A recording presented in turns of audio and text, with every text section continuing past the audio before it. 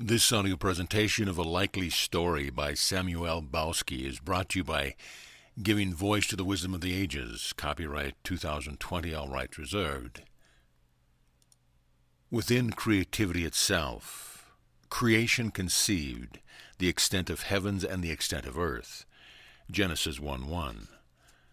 There are more things in heaven and earth, Horatio, than are dreamt of in your philosophy. Shakespeare from Hamlet.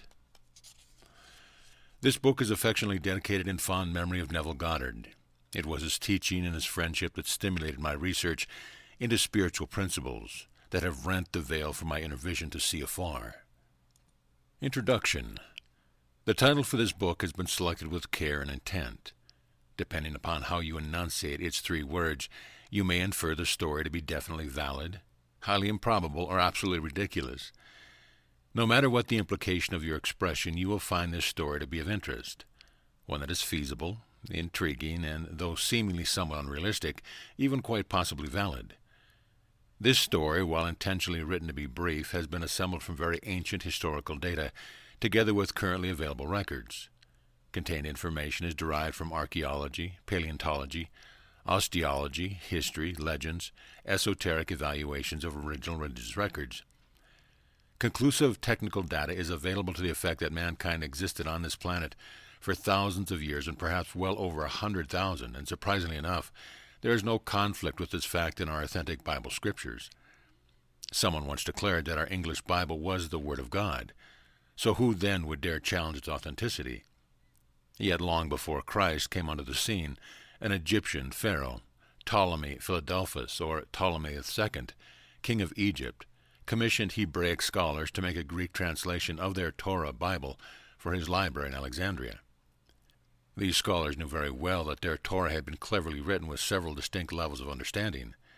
They also felt honor bound to protect the most sacred, understandable levels of these holy scriptures. Since he had been commissioned by the Pharaoh to make a translation, they did so, but as a resourceful ploy it was made only of the outer level, so as to maintain protectiveness of its most sacred elements. Historian Flavius went along with this ploy to cover the real reason with judicious comments on its title. The Latin Vulgate version was made by St. Jerome from this first translation. Thus the pattern of translational limitation became permanently set. Even though St. Augustine, then a Roman Catholic bishop, in comparison with the Hebrew, reported translation variants with Vulgate, his disclosure was ignored. It is close to 400 years since the King James English translation became available. Here again the identical translational pattern was repeated, and now exists in various versions of all of our English Bible text. The original Bible text is written in the most amazing language ever formulated. Within its every word and phrase there exist several simultaneous and distinct levels of fact and meaning. Some merely narrations, while others laden with sacred and wholly inviolable divine principles and truth. In examining its history of translation, the first one from original Hebrew to Greek, performed under royal command by pious religious scholars endeavoring to protect its sacredness, a pattern of limitation was set which still survives within all present English texts. It makes one wonder how many Christians now living, or whether perhaps even a single one, may have an understanding of the real depth of meaning of what has so often been labeled as the Word of God. Super people. Long, long ago, so far back in time that there's no one any more that can remember, even long before the present nations now existing on this earth, there lived a highly evolved human race in their society. These people were very notably developed in their intelligence, in their science and technology, and also in their spiritual capability. We have no direct written records of these ancient people, but stories and legends persist abundantly among Hawaiians, Maoris, Hopi Indians, Australian Aborigine, and other races. These tend toward a firm conviction that an ancient existence of just a race of people did indeed inhabit this earth. Modern archaeologists and paleontologists have unearthed a great deal of evidence that points to a very ancient people dating back tens of thousands of years, even thousands of years prior to that which our Bible seems to intimate as the beginning of our present human race. Human skulls dating back about 25,000 years have been found in Australia. Australian Aborigines within their Dreamtime memorials claim to trace back to a culture some 40,000 years ago. This ancient race of mankind must not be confused as having been a primitive culture. The people were eminently developed in many ways exceeding our present culture. even surpassing in many respects our present capabilities, science, and knowledge. They understood the inner framework of physical matter, chemical and molecular structure. Process of life and living were also well known. These ancient people recognized and employed their extended intelligence capability for an interaction directly with the spiritual. Far beyond our present conceptions, they were thus able to induce changes straightway into physical materials. This ancient race began from a state of cultural infancy, just about as ours is proceeding now. They progressed to their elevated state of culture over a time period of some 25,000 years or more, while in our time we have progressed barely about 6,000 years thus far. Archaeological records of ancient stone tablets and writings indicate their land title as Mu. Since the past 100 years or so, it has also been known additionally as Lemuria. Archaeologist David Childress relates how the name Lemuria comes to be. A likable little animal which is sort of a cross between a monkey and a squirrel, and called lemur, is found to occupy the Comoro Islands, also Africa, India, and Malay Peninsula. Along this strip were thought to have been a land bridge remnant of a sunken continent. Zoologist Philip Scatler then suggested the land bridge be named Lemuria after the little lemur animal. Ancient Mu Lemuria was a large continent in what is now the Pacific Ocean. Its area was 8 or 10 times that of the continental United States. Population of that people ran into many millions. The continent of Mu stretched eastward past what is now Africa, India, Philippines, Hawaii, parts of America, and all of Australia. Many stone tablets, carvings, and a bronze figure found in Mexico and evaluated by Churchward tell an intriguing story of this early advanced civilization having a spiritual, monotheistic religion in the land of Mu, that he also called the motherland. World disaster. At a time when stable living was well established in the ancient civilization, a momentous disaster struck the world. An extremely large asteroid lit up all the heaven and then collided with our Earth. Its impact was so tremendous that it shook up the entire world. Devastation occurred in all living things. All living human, animal, and vegetable life was almost entirely destroyed. Earth surfaces cracked. Oceans spilled out to cover most land masses. Entire portions of continents were shifted. Some land areas sank completely, others rose to new Earth surfaces. Countless volcanoes erupted, spewing fire, ash, and debris into the atmosphere. All over the globe, powerful cyclones stirred up the air, thoroughly spreading volcanic effluent throughout to cut off practically all the sunlight. Shock of the asteroid impact upon Earth initiated an earthquake melee with a long continuing sequence of violent aftershocks. Position of the Earth in its orbit was slightly altered, increasing the number of days in the Earth by over 5 from 360 to 365 and a quarter. The Earth's surface was darkened for what would amount to many months. Vegetation not destroyed by volcanic and cyclonic action perished from loss of sunlight and water. A large proportion of living fish, animals, birds, and human beings were lost during this time of darkness and water resettlement interval. The return of illumination and cessation of earthquakes presented a new map face of Earth's surface. The Mu continent was gone, sunken below what is now the Pacific Ocean. Left were only a few island protrusions. All of this occurred many years ago, long before our present civilization on this Earth came into being. Most people of the Mu civilization did not survive the Earth disaster of that time. Of the millions then alive, an extremely high percentage were completely wiped out. Those few remaining were ones who had even higher spiritual capabilities than the norm. They had been able to foresee the calamity about to befall the Earth and all its population. These few spiritually upper class, so to speak, had very highly developed prophetic and intuitive capabilities. Groups of these remnants traveled by boat and foot across the new face of the Earth to find fresh living areas. Some of these found their way into many islands in the Pacific, into areas of Indonesia and Hawaii, and across a land bridge into what is now the general regions of India and the area of Tibet. But a mainstay of the most highly elevated spiritual ones, who were in search of a more central location on the face of the Earth, settled in the equatorial region of the Nile Valley of Egypt. These new Egyptian settlers recognized that progress for humanity had reverted back to about where they were started some thousands of years prior. All of their writings of nature and science had been lost during the tremendous Earth disaster. Knowledge that remained resided only in the memories. From these memories was a new world progress to arise. Influx of these highly developed spiritual remnants of Mu made an indelible mark in their newly adapted home country. History even relates of Egypt that rather suddenly it changed from a state of polytheism to one of monotheism.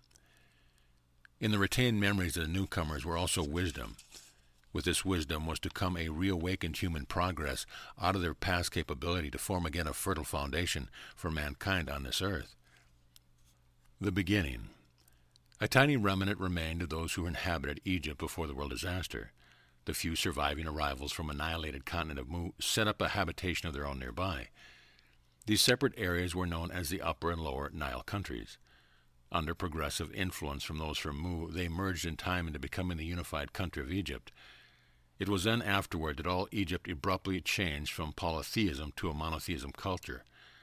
A very high intellectual order in those first arrivals from Mu seems to be indicated by a few preserved ancient Egyptian mummies that have skull shapes with elongation to back their head. Loss of the cultural civilization of Mu with all its recorded knowledge and science weighed heavily on the minds and hearts of the new settlers in Egypt. For a redevelopment of their lost sciences pertaining to life, intelligence, and divinity, they could foresee it taking several thousand years. They desired to help this coming culture somehow, while those with understanding were still alive within their people. Plans were then being launched to leave a permanent record of essential parts of their knowledge in a way capable of withstanding the ravage of time, weather, and people, for the several thousand years necessary until the coming new culture could develop their own capability to interpret what had been left for them. Obviously, written words would be quite inadequate in that the current hieroglyphically based language of words and symbols might in itself be a formidable obstacle. A technique was needed to present essential elements of knowledge without the use of language. An ingenious concept emerged. Information would be stored as a numerical data in significant numbers and measurements within structures able to withstand the necessary 5,000 years or more. Also included would be a sculpture-like image to represent within mankind the basic transformation during its involvement. There was much to be accomplished before this plan of permanent data storage would be effected. Sources for structural materials would need investigation. Transportation means would need development. Plans and schedules for detailed component regions would need establishing. A workforce has to be arranged. More immediately critical is a requirement that new revised Earth orbital data on that which changed the past 360 days per year to 365 and a quarter was needed to encode the measurements into the planned structure. To obtain new orbital data without modern optical devices, an Earth location superior to the equatorial Nile was needed. The selected site was as now Stonehenge in England. Many repeated measurements of angular sunrise position over a lengthy period yielded the precision of new data that was needed. In present-day Egypt, in the Giza region, just west of Cairo, stands the pyramid of Khufu. Its completion has been reckoned at just about 4,800 years ago. The dates of its planning and structural beginning are not known. It is considered to be one of the wonders of the present world. Nearby are 2 large pyramids and 7 smaller ones. Khufu Pyramid sets on a square stone base, 755.5 feet on a side, and covers a ground area of just over 13 acres. Its present height is 451 feet, having lost an additional 30 feet of capstone long ago. The original height was thus 481 feet. Interior stones are mainly granite. From over 2 million exterior limestone-facing plates, about 100,000 were lost in past years. The Khufu Pyramid is a massive structure of immense dimensions. It is quite difficult to appreciate its immensity without standing right before its vastness. It appears truly to be a man-made mountain. Single interior stones are estimated to weigh from 2.5 tons to 70 tons. Total volume of stone is estimated as more than 90 million cubic feet and weighed about 6 million tons. The pyramid covers an area of over 13 acres. Yet in spite of its immensity, it had been constructed with exceptional geometric accuracy. Twice its base perimeter exactly equals 1 minute of latitude at the equator. Side-facing stones of 16 tons have edges cut to accuracies of 10 millionths of an inch over lengths of up to 75 feet. Shape and accuracy are combined to contain specific knowledge in areas of mathematics, geometry, spirituality, and prophecy. Measurements made in terms of a covert unit, called a pyramid inch, yield numerous precise factors. For instance, length of the base divided by the pyramid inch factor yields exactly the number of days in the year as 365.242, within an accuracy of 0.0001%. If the pyramid height is multiplied by 2 pi, 2 times 3.1416, the result yields the number of days in a century. The 76-degree angle at a pyramid crest is related with major forces in mankind dealing with spirit, intellect, life, and matter. Its 4 sides are oriented exactly north, east, south, and west. They also represent the 4 worlds of Judaic mysticism. The natural growth factor in nature, known as the golden section, 1.618034, introduced by Fibonacci circa 1200 AD, is found in the pyramid dimension, as well as the value of constant pi, introduced by Ludolf von Salen circa 1600 AD. These factors were known to pyramid builders long before having been introduced to our present mathematical culture. A vast amount of study of pyramid dimensions has already been made, and there is yet more to learn. External, yet nearly to the Khufu pyramid, is another symbol that has stimulated a great deal of interest. It is a monster-like figure that has acquired the name of Sphinx, probably from Greek mythology. It is a recumbent animal-like figure having the body of a lion, feet of a bull, wings of an eagle, with head and face of a person. It is a mystical symbol of the spiritual evolvement stages of mankind. Strangely enough, it is also a representation of what Ezekiel saw in a vision circa 600 BC, which he describes in the Bible scripture. The modern tarot likens the figures to astrological personality types of the zodiac. Sign: Taurus is the bull, Leo the lion, Scorpio the eagle, and Aquarius the man. As you read on, you may find a similarity of the first 3 as levels of spiritual progress. The ancient pyramid builders seem to have known of the sequence of symbolic forms and left it as just such an identification for us to witness when we have attained the capability to do so. A living drama. You may have heard expressions like eternal life or to live forever, and may or may not have considered what, if anything, they may imply. Is there truly a possibility that a human being can really not die and actually live forever? Living in this world of dense materiality, it is quite natural that we should relate everything in terms of this to our physical world. We know that people get old and die. Then we no longer think of what remains as that of a person, but only as a body. The person is no longer in the body. Life has gone with the person. Imagine that. All the time we had known that person, we had identified him as just the body. What is actually the person within us has no density. We cannot physically touch it or feel it with fingers, or see it in a mirror. It has no weight. It is spirit. We are here as spirit to have life for living in this dense world, so that spirit may grow to maturity. At maturity, we may then be eligible for eternal life. Even before the world disaster, many past-moved people already had reached spiritual maturity. Those then living in the spiritual realm closely observed the construction of the pyramid repository. Compassion for those of the new generation produced a strong desire to provide an even greater assistance toward their spiritual attainment. An amazing scheme was conceived by those beings of high spiritual attainment then living in the heavenly realms, to assist earth people of the new generation toward spiritual growth. Their scheme was put into effect at about the time of Khufu pyramid completion. The highly ingenious scheme would accomplish in an actual display of a living drama, basic stages through which definite spiritual growth does occur. The plan was to employ advanced spiritual souls, or the heavenly realms, who would voluntarily re-enter into physical life again, for the specific purpose of demonstrating those stages required for spiritual growth. The total plan would require about 2,000 Earth years to complete. This would be a reasonably short duration for such actual attainment. The first volunteer entered life in the land of Uz. This in itself is quite a giveaway. The word Uz has the meaning of divine radiance, which represents the quality of the plan initiator. His name was given as Avram.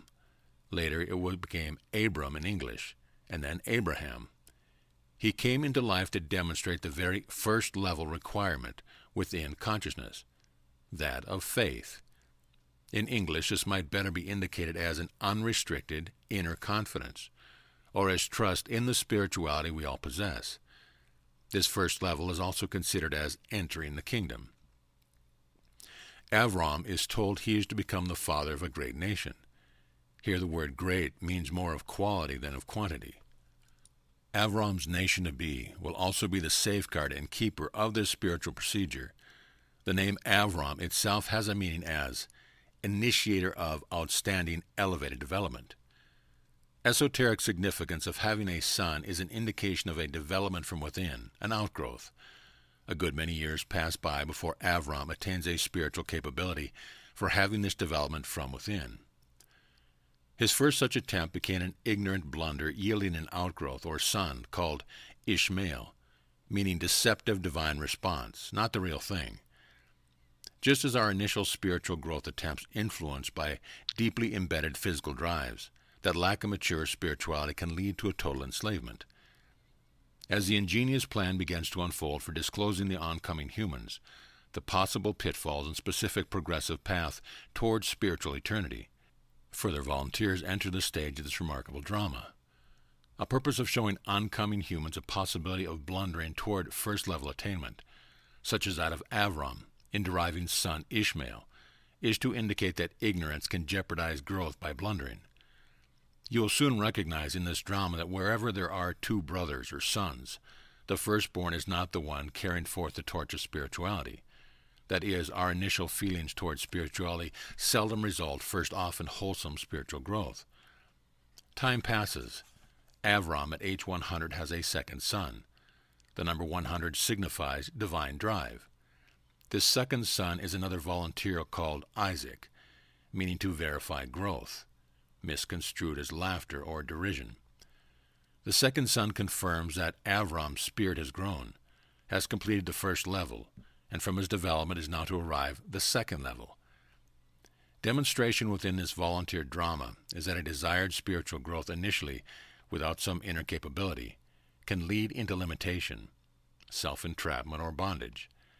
Hence, son number 2 is the productive one for progress. Rightly, son number 2 becomes the level 2, which is that of sensing or feeling the inner power of spirituality. The volunteer drama progresses. Son number 2, now as level 2 of spiritual growth, also has outgrowth again as two sons, from the latter of which develops level 3.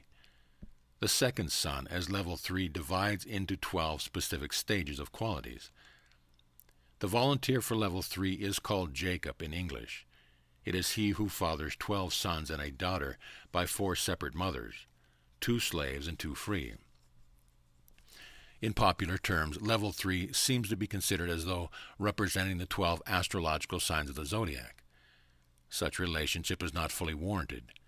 The 12 distinctions, whether sons or signs, are stages within consciousness, nuances of spiritual change or growth. The 12 are more likely 14, since one more represents level completion and another one more is for elevation to a still higher level. The 12 stages are not exactly distinct or explicit. They gradually change and merge into their neighbor at the next higher stage. They are qualities in a state of change or growth within consciousness. With adequate growth, the person entering life at a given stage may advance or grow into a next higher or several higher stages. If you advance spiritually, your astrological sign at birth will differ at your end of days. It is a bit similar to your matriculation in grade school. You had to go through 12 grade stages to get 13, your diploma. At that stage, you become eligible, 14, for a college continuation. To make living spiritual growth seem more complex, but really entirely natural, there are also 12 stages within each of the 3 levels discussed so far. Thus, total spiritual growth needs experiencing of 3 times 12 as 36 stages, or 3 times 14 as 42, to graduate from level 3. It is mainly during level 3 wherein changes in growth seem to be more difficult and can make one feel more distraught. Our process of spiritual growth may seem somewhat like what Britain did to their undesirables a couple of 100 years ago. They were all shipped way off to Australia, where there was practically nothing but Aboriginal natives, and where each one had to learn how to become a decent citizen mainly by observation of the faults of his miserable companions. And so it is with us. We have no real teachers, only that of experience to witness the faults and difficulties of others, of whom we may learn possible advancement.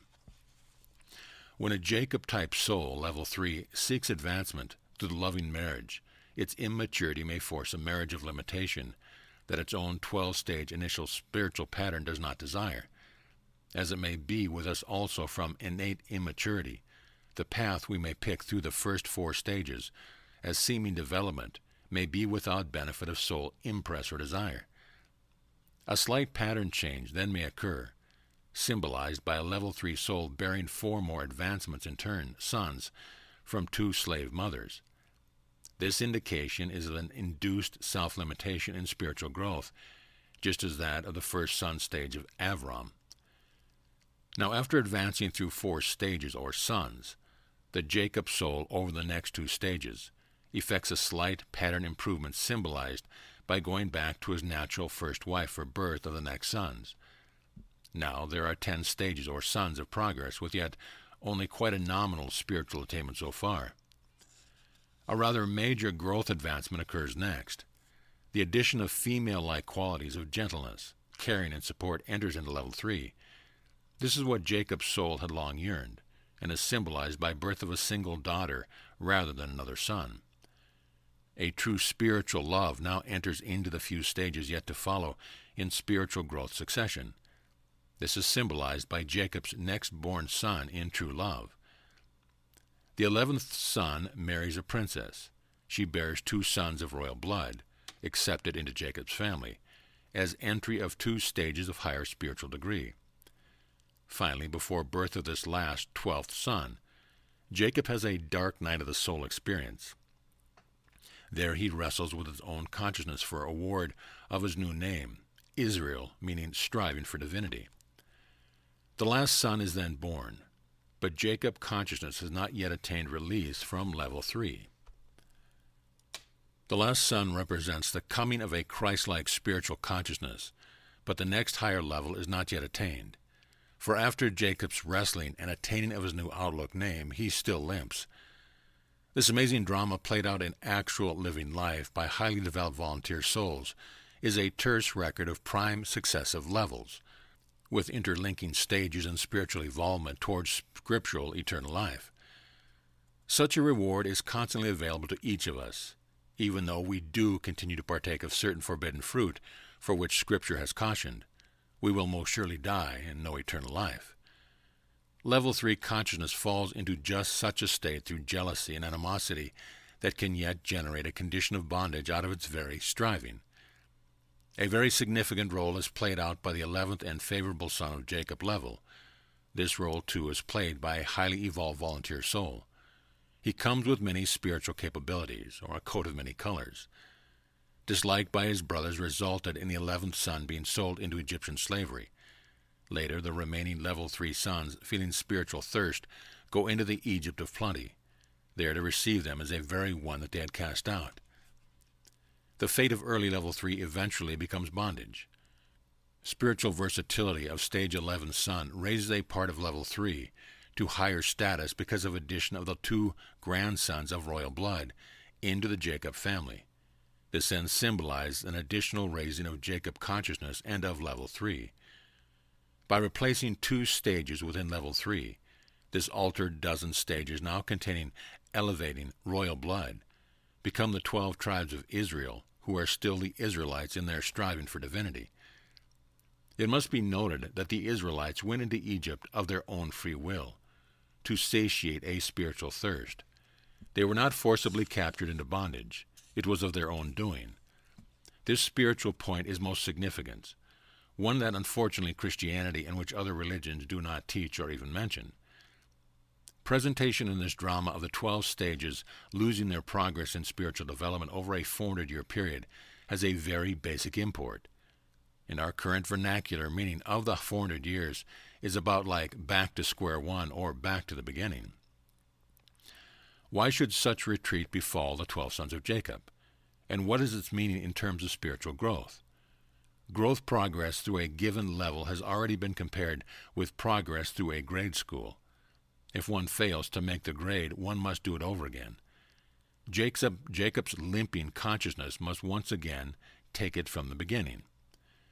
But this next time there is a royal blood injected into consciousness, plus now an inner guidance that is drawn from the water, and must yet mature.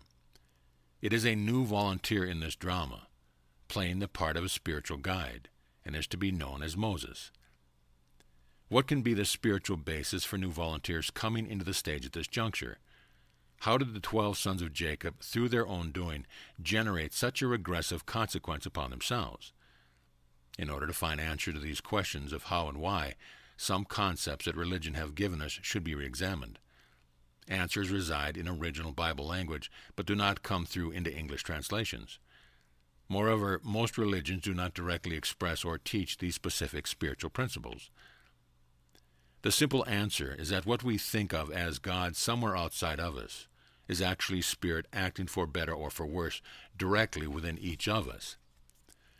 Christ himself was the final volunteer in this drama. His participation was known 100 years ahead by the Essenes, who labeled him Teacher of Righteousness. He taught the higher essences of ancient Bible text. The volunteer souls rendered their drama in living historical life, wherein humanity seemed to advance spirituality to a third level of progress, but in doing so makes an immature blunder. It is then their very own creativity that forces them back to square one for redoing their lost adventure. Next, they travel a spiritual wilderness, this time with a guide who himself is then also maturing spiritually. Such a scenario is a cautioned realistic possibility, but not necessarily the only or primary one. Various experiential sequences that may occur in anyone's life are a fundamental purpose of spiritual growth.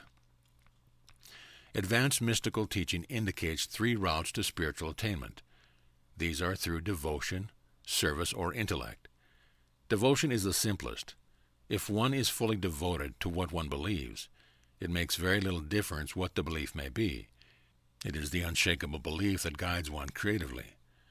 Christianity employs devotion primarily. This method might lose its effectiveness if one is intellectually oriented, because English Bible translations are only of a limited surface phase of original ancient text. If you become so devoted in your belief of what you have been intellectually programmed into accepting as your fundamental truth, that of itself, through your innate creative capability, can guide you spiritually just as a kind of Moses might do. What has been presented in words herein is primarily intellectual, but that Bible record rendered by a loving volunteer group of externalized souls was a unique service which can become transmutable to us into guidance for our spiritual life as well. A good God. A minister of a prominent Christian church was asked for his idea regarding the basic religious purpose for human souls being on this earth. He explained it carefully in this way. Goddard created a garden for the very first man on this earth to live in. The garden had all that needed for livelihood. The man was told not to eat the fruit of a specific tree in the garden. God was disobeyed. Therefore the man was expelled from the garden for disobeying God. To return into God's grace, each individual human must now redeem himself for the sin of disobedience. This, the minister claimed, was the real purpose for our being on earth. This purpose is redemption. This may be a reasonable evaluation from an English translation of the first part of our biblical Genesis. However, within the very same words written in the ancient biblical language, there is quite a different evaluation that is achievable.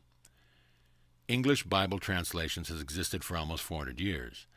The evaluation as given by the minister cited above might possibly be that old as well. It is not therefore too likely that minds so fully fertilized with such conceived ideas can at this stage be expected to grasp some distinctly alternative evaluation from these very same original biblical words. For the purpose of this story, you need not endeavor to modify your present opinion of the minister's version above. That to be given here is definitely verifiable, even though presented without proof. In original biblical language, term Adam, ADM, is translated man, but rather than an individual, it might more properly be mankind, as a class like the words fish or sheep. Class usage occurs only early in Genesis. Later it is translated as a name, Adam, of a person. Actual significance of word ADM is of an individual living being or class of living beings, having the potential for spiritual evolvement or growth. Its use as a name is a kind of analogy or parable expression. From the ancient Bible language, the above sense is taken as separate concepts of each alphabet letter meaning, then combined. Such unusual characteristic sets the ancient language as quite incredible. Word meanings often come out more like organized concepts or ideas rather than discrete words. It is this that makes an exact individual word-for-word translation extremely difficult and often quite impossible. The minister's idea above depicts word Adam as an individual male rather than a human class.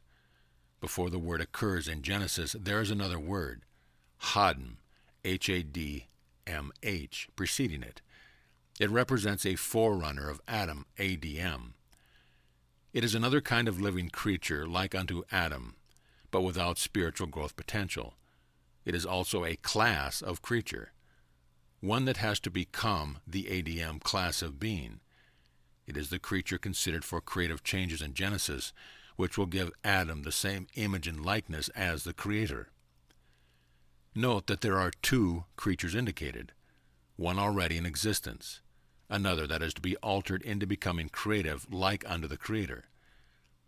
The alteration does not occur all at once. There are 4 stages to its completion.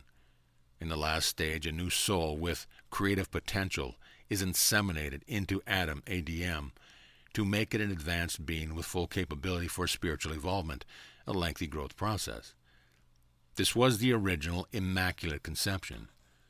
Without a doubt, it cannot be overstressed that our entire Bible is primarily a spiritual work. As such, much of it, being spirit, is not seen, mainly as consisting of only printed words. One of the mystical books points out that there are actually several distinct levels of understanding in biblical writings. What has been translated to English is only an outer or surface level. This outer level is compared with the clothes, the garment a person may wear to adorn and protect. The body, the living body, is a more substantial part. Yet beyond it is a third level compared as the soul. For those who do attain comprehension of soul level, there may be fortunate to go further to a level indicated as the soul of the soul. Words create and creativity have been used a few times. Our outer level English translation clouds the significant essence of meaning of the word create. Biblical verb bara, B-A-R-A, translated to create, means in English to instantly make something from nothing. Biblical language meaning of create is a process of 4 distinct steps. Bara is only the second step. We, living human beings, have within us a capability to create, not merely artwork, designs, equipment, and such, but also to make our influence happenings and events in our own daily lives. This most significant meaning of what is the actual concept of a creative capability is clouded in Bible translation. It is an action of creation, one we can invoke from within ourselves, either intentionally or ignorantly, but it can be as effective either way. Religion tends to infer that such action comes only from outside of ourselves, rather than from within. Religion, in warming our hearts, assures us that God constantly watches over all of us from up on high. In doing so, we are told, an evaluation is constantly being made of whether we have been good or evil. An appraisal of that is then made, followed by a decision on its decree. Then a suitable reward or punishment is invoked on us. Religious terminology of good and evil seems to be a bit too severe for this story, so with your tolerance, an alternative of nice and nasty will be used instead. To constantly observe, evaluate, judge, and invoke a decision for all here on earth could turn out to be an immense time-consuming task even for a fast God. Since God can do most anything, let us consider that for just one individual, to observe, evaluate, judge, and evoke the decision, God could do it all in just 1/1,000,000 of a second. To do this function just once for each and every living human on this earth would then require about 2,000 years. Regardless of the degree of nicety or nastiness, quite a few folks might get away without being reviewed at all if they happen to live less than 2,000 years. God in his wisdom and infinite capability should of a certainty have been able to come up with some better system. And that is exactly what happened. We have been put on the honor system, but most of us here are not aware or even know of what that system is. The way the system works is that in each one of us lives the presence of divine creative potential. That is, we have within us the creative capability of the image and likeness of the Creator. If we are nice, then our inner feelings of that nicety will generate a corresponding niceness somewhere, sometime in our life. If we are nasty, the product of that nastiness will bloom somewhere, sometime in our lives, and we will do it all to ourselves. This is just what happened with the sons of Jacob by their nasty feelings of hatred and animosity toward their brother Joseph. It created for them and for the Jacob level years of Egyptian bondage. It is a significant example played out for us in the drama by the elevated volunteer souls. The divine seeding of creativity is already within us. We need only plant those seeds for them to grow anywhere we may wish to select. The immaculately conceived soul within mankind, or Adam, reacts to inner feelings, feelings of the heart. When inwardly we live in being serene and nice, we reap rewards in daily life. When we live in being fearful, angry, or nasty, we reap a punishing harvest. Back now to mankind, or ADM. Was expulsion out of the garden the product of an inward nasty reaction of disobedience, or an intentional, divinely stimulated means of teaching? Newly conceived mankind Adam was yet a babe, an immature being created for spiritual growth. As a fetus first resides in the womb for an initial development, so was he placed within special guardianship or garden for such a divine purpose. True, Adam may have been expelled just as a newborn infant is expelled from a womb, a normal, purposeful sequence to begin maturing in spiritual development on this earth amidst the prevalent nice and nasty. For progeny of ADM, rather than starting as sinners to earn divine grace by redemption, it may be more a matter of learning integration of the nice and nasty into a harmony through direct living experience. For this precise purpose is a tree of life planted in the midst of the garden. The tree is a master symbol of spiritual growth, cited in the Bible without specific explanation. Its outer branches are like nice and nasty. Its central trunk is the balance, the harmony between them. Before leaving the concept of good God, of Adam and the tree, and of the garden, it would seem quite appropriate here to make a blunt statement of basic spiritual principle involved therein. If you, dear reader, can accept that either a real, a symbolic, or a metaphorical God is meant by the Bible text, then you will agree that such concept must also represent a source of intelligence and of caring. Could you then accept that such an intelligent and caring source, after making a creation as a duplicate of its own capability, would then trick that creation into an act so as to expel that creation, while still immature from the dwelling space specifically made for that creation's welfare? Think it over, since you must also be intelligent to have a sense of reason. Can you recognize that there must be some concept well hidden under cover of such a story? Perhaps immature Adam was being stimulated to learn a most significant lesson in terms of the insemination of a tremendous and powerful capability he had just received. A capability, if used in one fashion, could bring eternal life to Adam. But if used in another fashion, it would make him surely to die. He might die and then return, die and then return, die and return, until he finally learned the lesson. Programming us into an inner feeling of always being an unfortunate, disobedient sinner has the possibility of invoking duplicate unfortunateness constantly into our lives. The Bible tells us that what we have leads to more abundance. And can that mean constant sinning? Human creativity is constantly available to work in accordance with the deep inner feelings of a person, whether it be nice or nasty. One may have a choice. Holy Moses. The Israelites entered into Egyptian bondage of their own creative action, a slavery that lasted 430 years. 400 indicates a return to do it over. Additional 30 is a stimulation to do, a repeat, and do it well. Now, in addition, to help make the repeat effective, 2 more volunteer souls have entered the drama to play parts for elevating the 12 stages to the status of tribes of Israel. Yet a 3rd volunteer is now to join the other actors in this drama, to play a role of inner guidance within consciousness. This latest entry is drawn from the water, meaning a soul with developing creative awareness. He is to be called Moses. In the biblical language, his name would be spelled M-S-H-H, Moishi, M-O-I-S-H-E. If letters are reversed, the word becomes Hashem, H-A-S-H-E-M, which is the identification of or a call for God. Moses lives 120 years in 3 periods of 40 years. The number 40 also has divine creativeness in its meaning.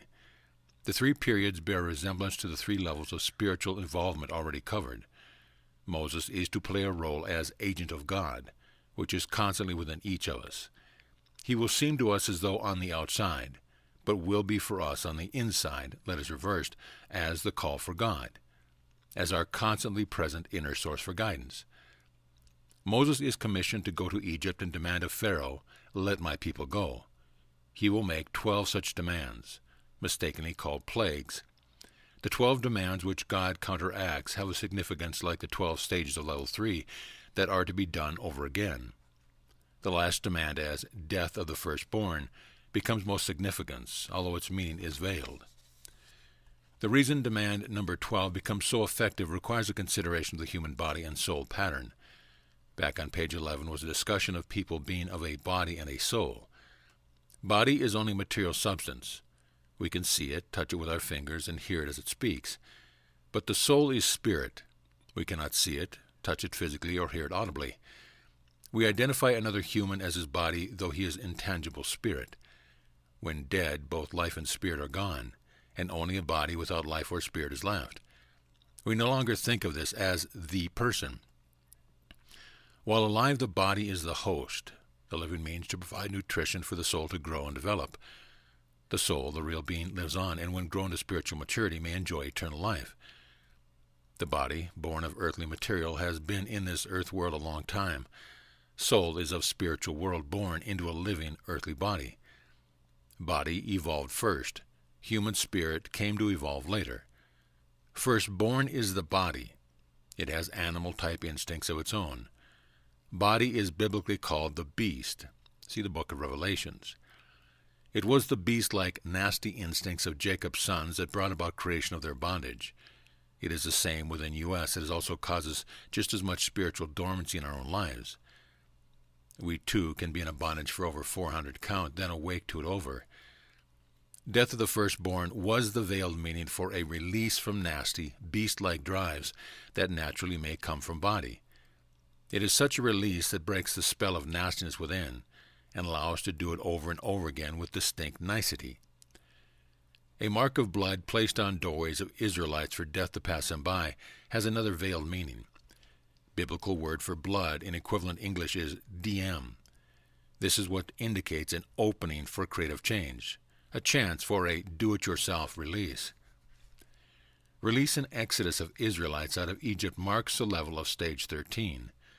Bondage is finished and is preparation to stage 14 for the change of repetition. Stage 14 becomes a magnificent finale for the Jacob role in crossing the Red Sea to begin the trek through the wilderness for finding a promised land. The promised land is the recovery of that progress and spiritual growth wasted through negative creative action, which resulted in years of useless bondage.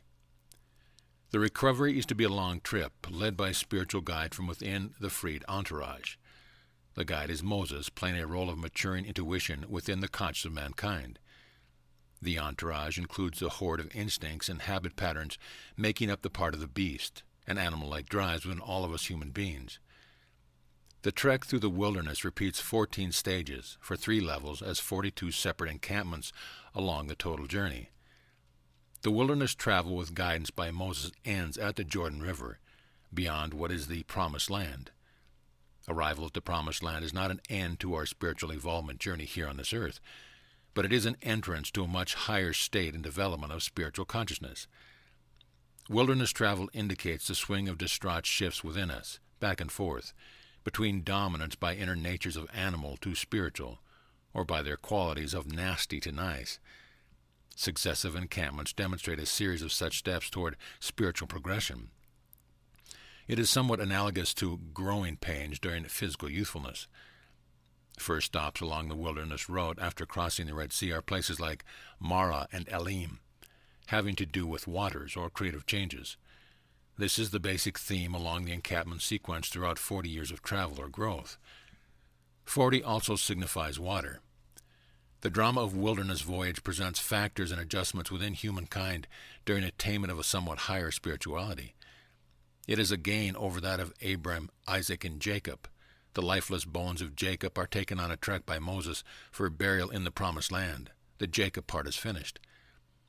A story of over 603,000 Israelites starting suddenly on a 40-year trip through country and terrain they know not is a fabulous narrative, particularly since it is history interlaced with basic principles and problems affecting actual spiritual progress in all of humanity. This historical drama is produced and lived by advanced volunteer souls, re-entering Earth life for the sole purpose of leaving a living record greater in magnitude than even that of pyramid monuments. Every encampment holds well-veiled spiritual pointers on the human growth process, with its pitfall and guidance. Only a few are here selected for review and disclosure. Of these is the stop at Sinai, that is fairly well known, and preceding that one the stop at Rephidim, that is not too well known. When the Israelites encamp at Rephidim, they have no water and complain of severe thirst. A lack of water indicates a decline in creative effort. The thirst is a spiritual one of lack and confidence with the decline. Meaning of Rephidim indicates an inner relaxation in what might be called letting down your guard. One in such a state is inwardly open to nasty inroads of self-protectiveness, conceit, vanity, and others. An inroad then does occur. In the story, it is given as an attack by the Amalek, which represents ideas that are mentally hidden from understanding. The creative effort is not gone. It is just stimulated to oppose advancement. When discomfort or distress is understood, then guidance is sought. Israelites complain to Moses in the story. Moses directs Joshua to take men and go fight Amalek. A battle ensues. Moses, with Aaron and Hur, go up on the hill to watch the battle. When Moses holds up his hand, Joshua prevails. When Moses' hand is down, Amalek prevails. But the hands of Moses grow tired. So Aaron then seats Moses on a stone to steady him. Aaron holds up one hand of Moses while Hur holds up the other. Joshua then wins the battle. You are probably now aware that there is something spiritually significant well hidden above. Aaron is the son of Moses. Hur, having married his daughter, is his son-in-law. Aaron represents the maleness in terms of spirituality. Hur represents the femaleness. Thus, the combination is a balance around spiritual guidance for growth represented by Moses. This is a very clever representation is of the spirituality elevating pathway in accordance with the symbol of the tree of life. Moses, seated on a stone, represents in a central pathway a solidity of union, in balance, reaching upward to provide limitless spiritual power. Stated another way, as we gain an ability to discern and to balance or develop a harmony between opposing inner tendencies, like forcefulness and preservation, or like the syndrome of fight or flight, the balance then yields the capability for harmonious progress. Bear in mind that this story is a parable. What may appear as characters in this narration are actors as personifications of our own divine capabilities within ourselves and of ourselves. Whether of troubles or blessings, rather than another doing it to you, you yourself are essentially the doer out of ingrained habit patterns or ignorance. Having then gained a degree of spiritual confidence, the drama now proceeds to another major scene. Next encampment to be considered is identified as Sinai. At Sinai, Moses goes up into the mountains to receive what has been called the law. In his absence, the Israelites become concerned at not having a leader, so pieces of gold are collected, melted down, then formed in the figure of a calf, a golden calf, as an idol of worship. A veiled biblical language meaning for calf indicates a recurring mental aggravation. Together with gold, it becomes spiritual aggravation. In our spiritual immaturity, we humans have an innate need to be led by outside leadership. In not having such, we tend to fabricate it. This is so in religious as well. It may be an idol, prophet, saint, or even a misinterpretation of who or what may be a god. Moses returns with the law. In biblical translation, it is called the Ten Commandments. The Ten Commandments has a greater harshness of meaning than the original biblical language intimates. The 10 items constitute at once both a moral code for external living and a list of spiritual principles for inner living. Spiritual evaluation of these principles have already appeared in print and need no further repetition. Religion, in its well-meaning intention, has provided improvements that can actually introduce spiritual hindrance. For instance, the ministers feeling all mankind must redeem itself for disobedience of Adam can creatively invoke additional burdens to bear. From a spiritual standpoint, no divine retribution is demanded of mankind for commandment, infraction, or other instructions. This was brought out by Christ himself in the interrogation by Pilate. This fact comes from a Lama translated Tibetan scroll in the monastery near Lhasa recorded in 1700 years ago. Christ, when asked about Mosaic laws, replied, "I say that you ignore their true meaning, for it is not retribution, but pardon that they teach. Their sense has been perverted." A living temple. Perhaps most significant of the 40-year wilderness wandering is the tabernacle with its embracing detail and spiritual significance within human inner being. That import is of a spirituality as an inborn part of all mankind. It is biblically presented in a kind of parable style of experience, which occur in trying to gain direct recognition within consciousness of the divinity that forms its true identity.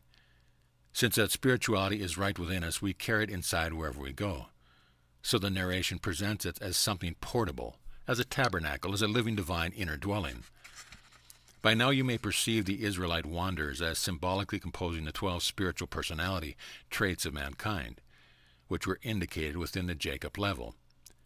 Yet that very divinity, the divine spark which exists within each of us, is not realizable until after we have progressed spiritually past the level of Jacob, and perhaps even much further.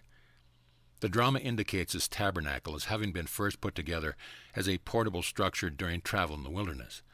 The significance of its symbolic presence within us is mainly not recognized until at this point in our growth.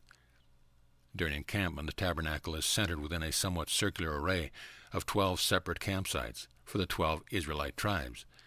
In the center of this array is another 12 campsites arrayed for the priesthood. The tabernacle has a courtyard center within this priesthood array, and the tabernacle proper is then set within the courtyard. The symbolism indicates that in our spiritual growth we first dwell successfully as a part of each of the tribes. After completing the living transit, we can enter the priesthood area, and an assigned priest conducts us into this courtyard and attends us to our initial cleansing. It is then, if we are adequately advanced, that we may enter into the sanctuary area. The tabernacle encampment array. Encircling the tabernacle courtyard is a rectangular fence held by posts spaced 5 cubits apart. There are 20 posts on each long side, 10 at one end with an allowance for a gate space at the other end. Total space between the posts all the way around are 56. A symbolism associated with the fence represents the total time span of the world from Adam on. Taking a fence space is 125 years. Total world time span is 125 by 56, for an end-of-world time of 7,000 years. By mystical reckoning, a major spiritual change will occur throughout our world about 2015. At year 7,000, it would be our year 3,000, in which end of the world will signal the cessation of our present world as it is now. Within the tabernacle courtyard, between the fence gate and entrance to the sanctuary, is an altar and a laver for inner cleansing. Metal parts of both are a copper in which the color symbolizes animal nature with its red for lifeblood.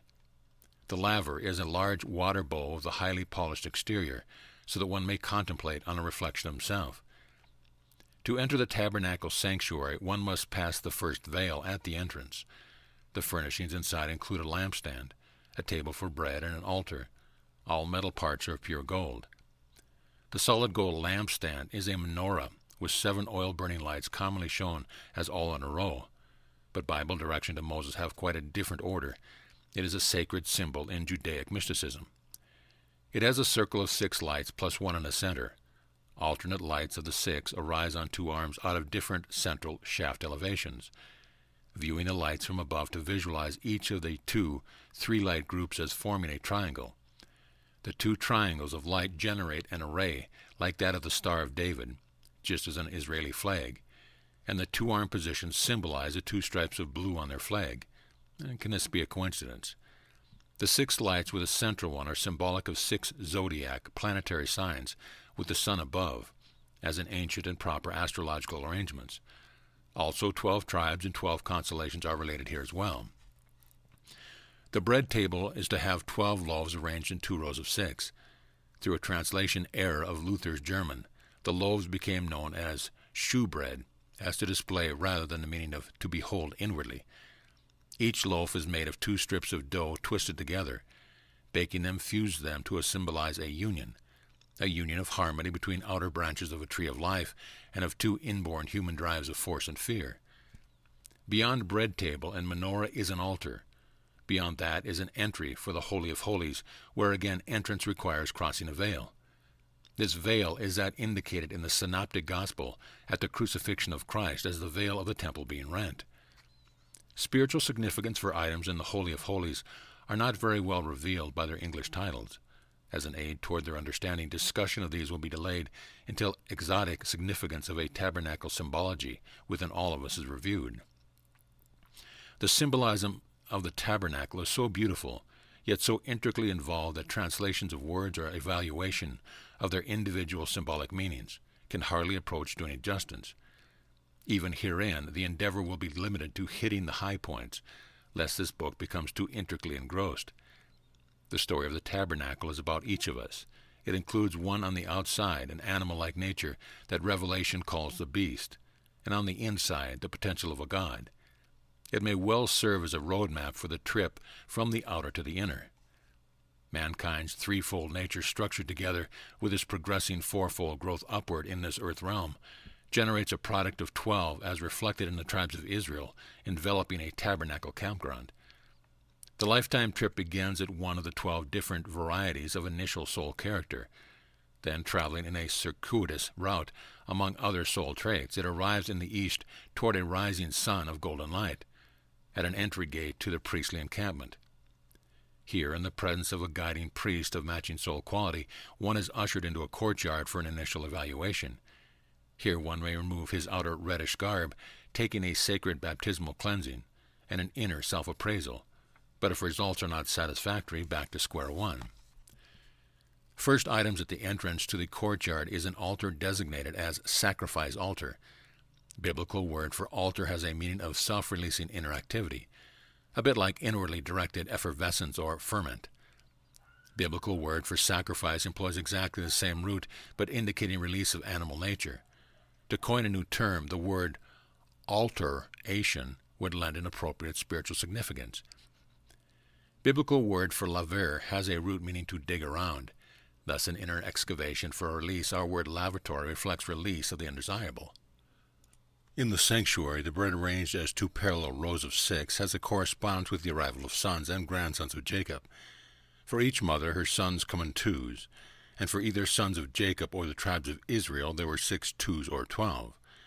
6 and 12 correspond also with 6 planetary signs of astrology, each with 2 constellation signs. Biblical word for bread is lechem, Lechem, or LCM. Letter L is a prepositional prefix meaning 4. Letter CM form the name of Noah's first son, Ham, who represents our animal nature that comes first. Thus, bread, lechem, is for the animal nature, as its staff of life, its nourishment until an alteration. Controversy of King James Version of Exodus 25:30 may be solved by a proper English translation from "Thou shalt set upon the table shewbread before me always," to one of more effective meaning without entering significant details of the specific original language definition. You shall present the alteration within the animal nature as evermore turned toward me. Also specified to be included with the bread loaves is frankincense, whose spelling is identical with the sphere of the tree of life, signifying understanding. Menorah data already given needs only an addition of its title meaning. Its root carries meanings of light propagation, illumination, and enlightenment. Central shaft, for its proper form, having the 4 spherical enlargements, represents the central pillar of the tree of life, to which Christ referred to as the way or path of enlightenment. Last item within the sanctuary is another altar. This one is called incense altar, ostensibly for generating a fragrant aroma within the area. This altar has a gold overlay rather than copper. Its mystical meaning differs. Instead of just a releasing activity, the inference here is of an emanation, to which the gold overlay extends the emanation to one of elevated spiritual order. The word odor is used for emission of fragrance. The term odor is known as being derived from ancient Egyptian culture as having esoteric significance. To quote from Lebuch, it is a seed of non-objectifiable energy, a container of spirit substance for the fire of the seed, was called the odor. So this altar, rather than to release restraint, is to generate inner radiance, that is, feelings of spiritual enhancement, or to use a more popular expression, to attain the spiritual state of being turned on, as a consciousness alteration for high divine attainment. At this stage, the soul is ready to pierce the last veil, called the abyss, on the tree of life, and enter the Holy of Holies. The Holy of Holy room has equal length, width, and height. It is a perfect cubicle. It contains but a single item, an assemblage of 3 components. These have English titles of Ark of Testimony, Mercy Seat, and a pair of cherubim. Ark of Testimony is a box of special wood measuring about 50 by 30 by 30 inches. The Mercy Seat is of pure gold cover for the box. The 2 cherubim are pure gold statuettes as replicas of angelic figures. They are atop the Mercy Seat, facing each other from each end, with wings outstretched and tips touching.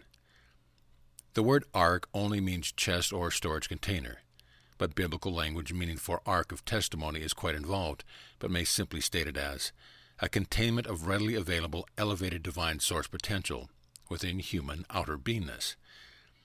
The Ark of Testimony is a symbolic containment reference to the highest potential source of divine emanation in mankind.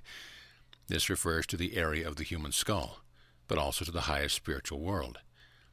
In biblical terminology, that called mercy seat is the single word parat, P-E-R-A-T, with a prefix meaning such as. Parat is one of the 4 rivers that flowed out of the Garden of Eden, the only one not stated as to where it flowed.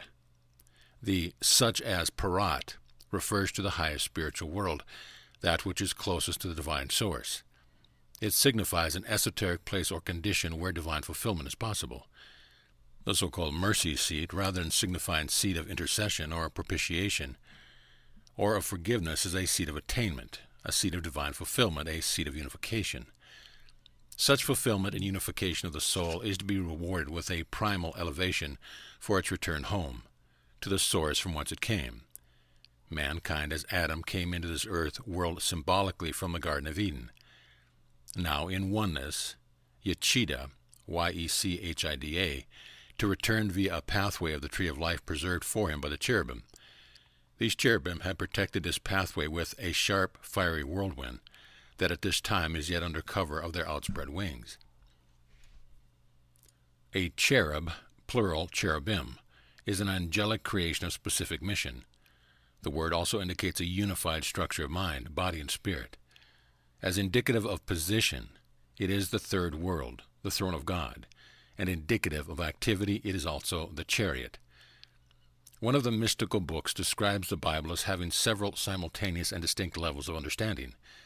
It compares these with a person as first the outer level of writing, as the garment, the clothes being worn to cover and protect the body, which is the second level of understanding. There is still a third level, the soul, which is not seen but discernible from activity of the body. For those much more capable, even a 4th level may be discerned, which would be the soul of the soul. The Bible story of the tabernacle is indeed written in the language of the garment, with a series of disclosures that a body does exist and live within. The body is sometimes apparent, but more often it is disguised or even hidden.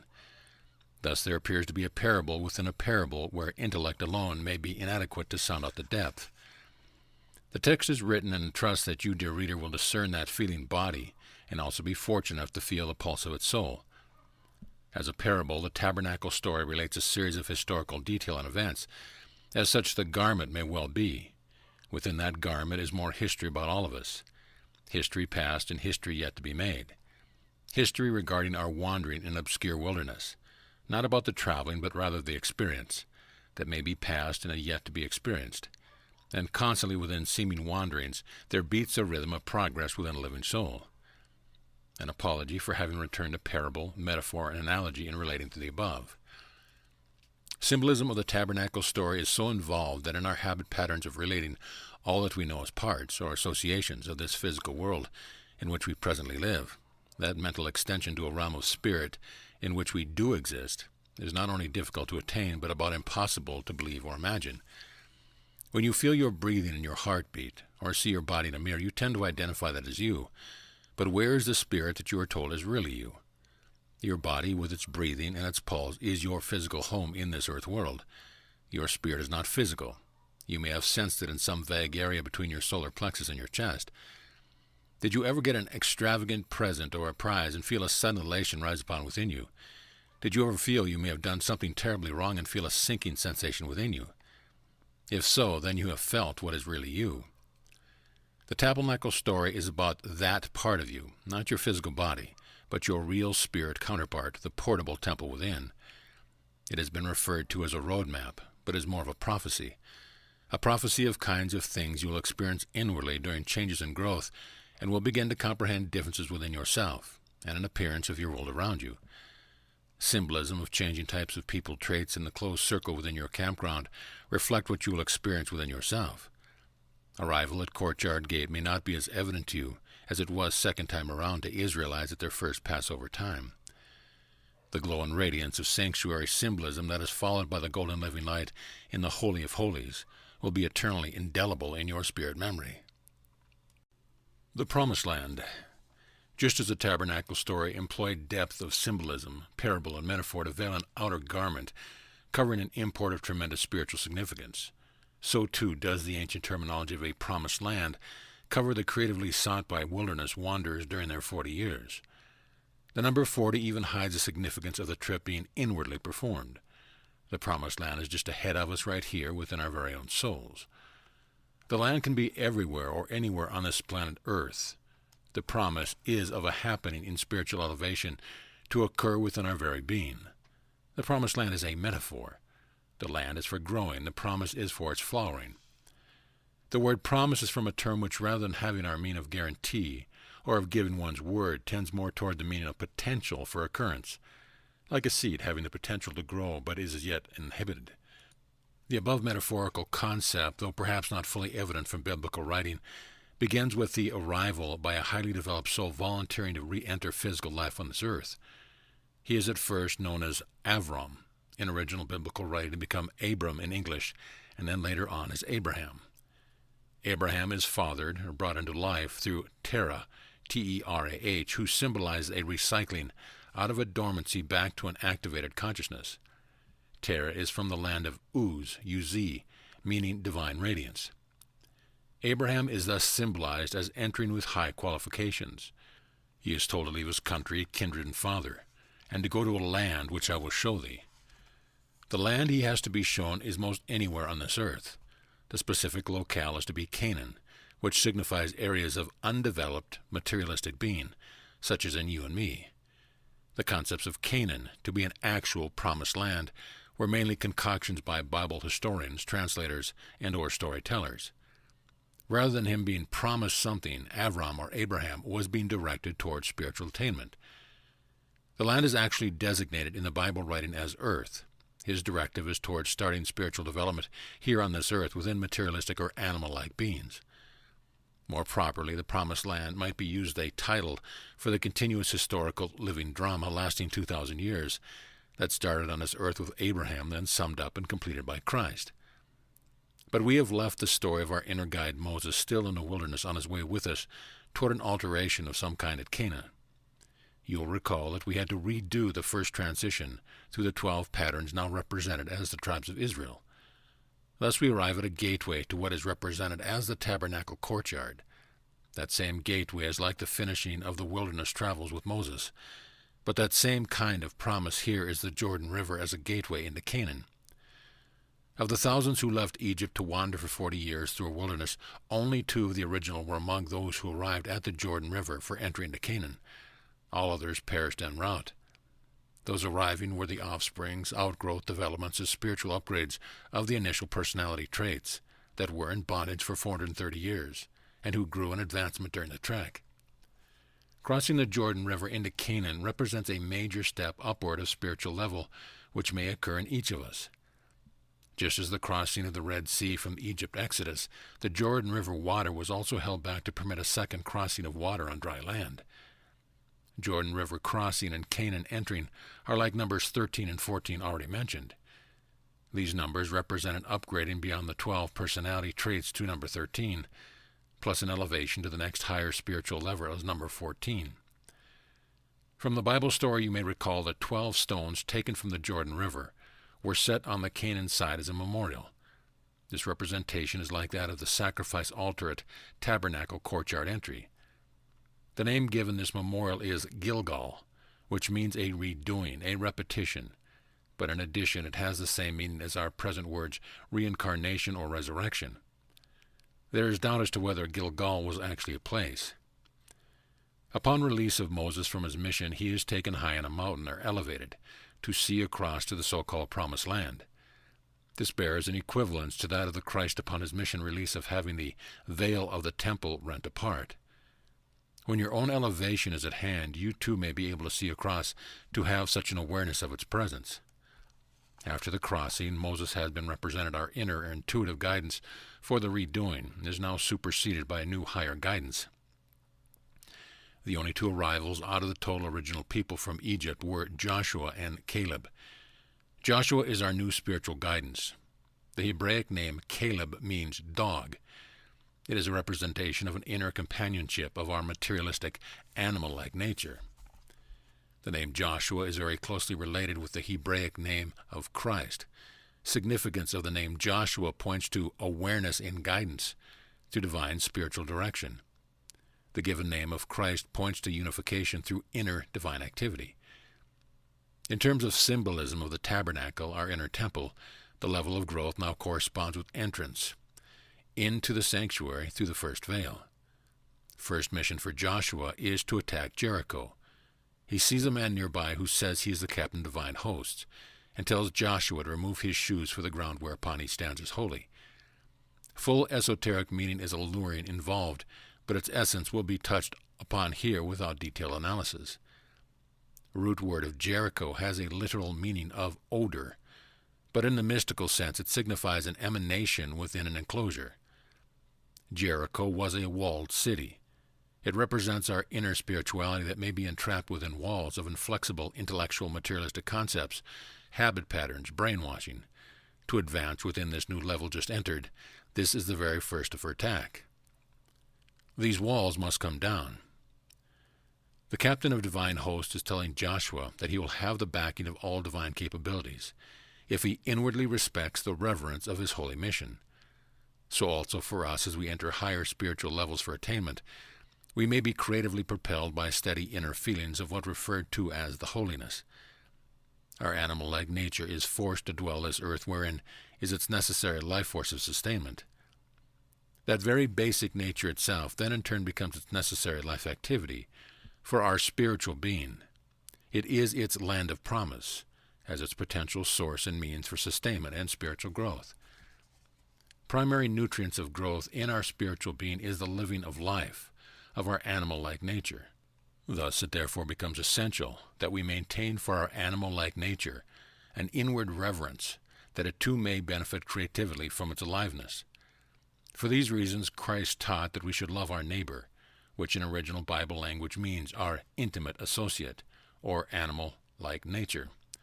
It is quite unfortunate that religions generally seem to have been designed mainly in terms of the fairly immature spirituality, without allowing extension for these elevated to experience the land of promise.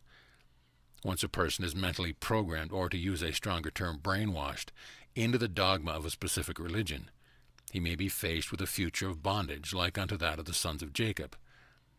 The sons brought their bondage unto themselves, but a religion that teaches kindergarten or first-grade religion can be more of an implementation of a very extended spiritual dormancy, one that may last a lifetime.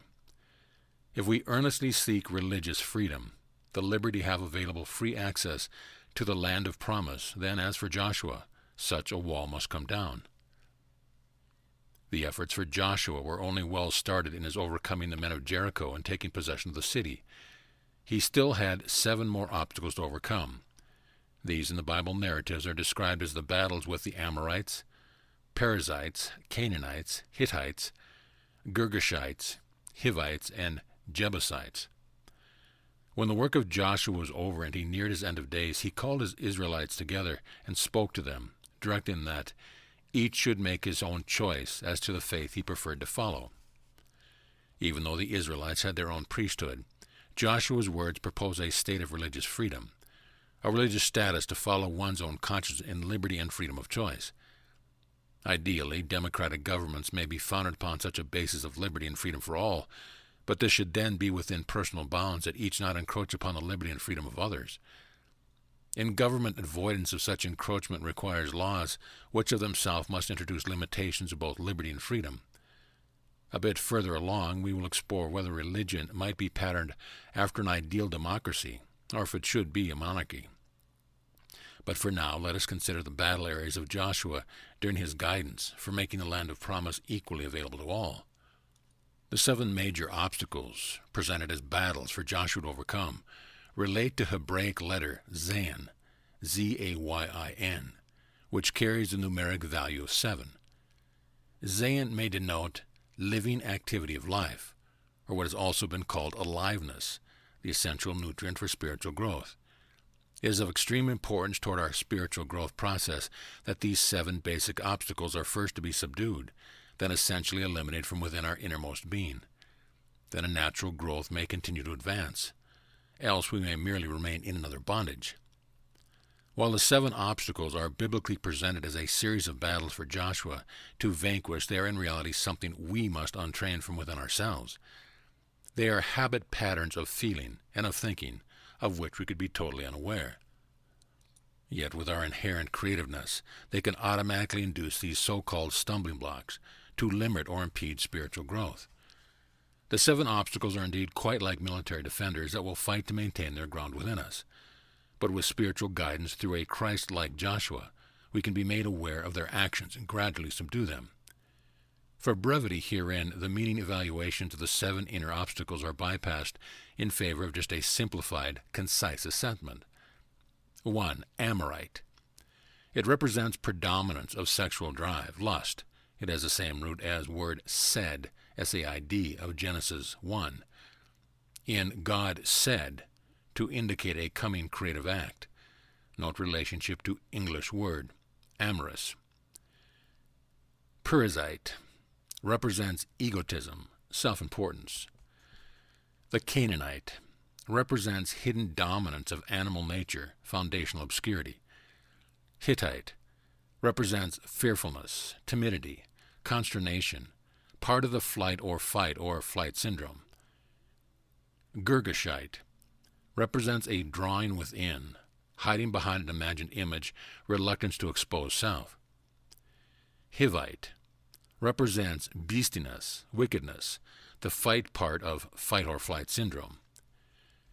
Jebusite represents contention, raising misgivings and complaints. The above obstacles are mainly habitual occurrences that generate inner sensations and feelings of which we can be continually and totally unaware. When such inner feelings occur at heart level, an inner creative invocation may be induced. This could be switched on automatically toward the inhibiting of further spiritual growth. Continuing now in progress with Joshua along a new level of wilderness travel, until the next volunteer soul enters the drama to usher in its finale, and to provide a symbolic summary of significant factors. The new such entry is the Christ. He becomes the culmination for the 2,000-year drama that may never be understood by those for whom it was performed. Unless there comes someone who learns to penetrate this living parable and is also fortunate enough to be able to penetrate some minds not too thoroughly brainwashed. There is such a potential Savior within each one of us who will arrive into Bethlehem, Bet Lechem, on the back of an animal for birth into your own personal world. You will recognize the presence when your mind and soul are no longer cluttered with surface layer translations and their derived concepts. Then you may find that the word Messiah in Old Testament Bible language actually means an elevated state within yourself. You need not wait in vain for its arrival. You can work on it right now while you yet have living life. Hail democracy. Back in the early days of Judaism, or Abraham, Isaac, and Jacob, there was then no person as leader or supervising director. Whether for better or worse, people followed their own inner directing. Each could do his own thing. Individual spiritual following was being identified as the God of Abraham, Isaac, and Jacob. That God was disclosed to them only as El Shaddai. translated God Almighty, but meaning life power of sustenance. Not a God in the current religious sense, but rather power of the life force. Later, with the coming of Moses, a priesthood, and then Joshua, the literal Bible translation indicate a possible leader or guide.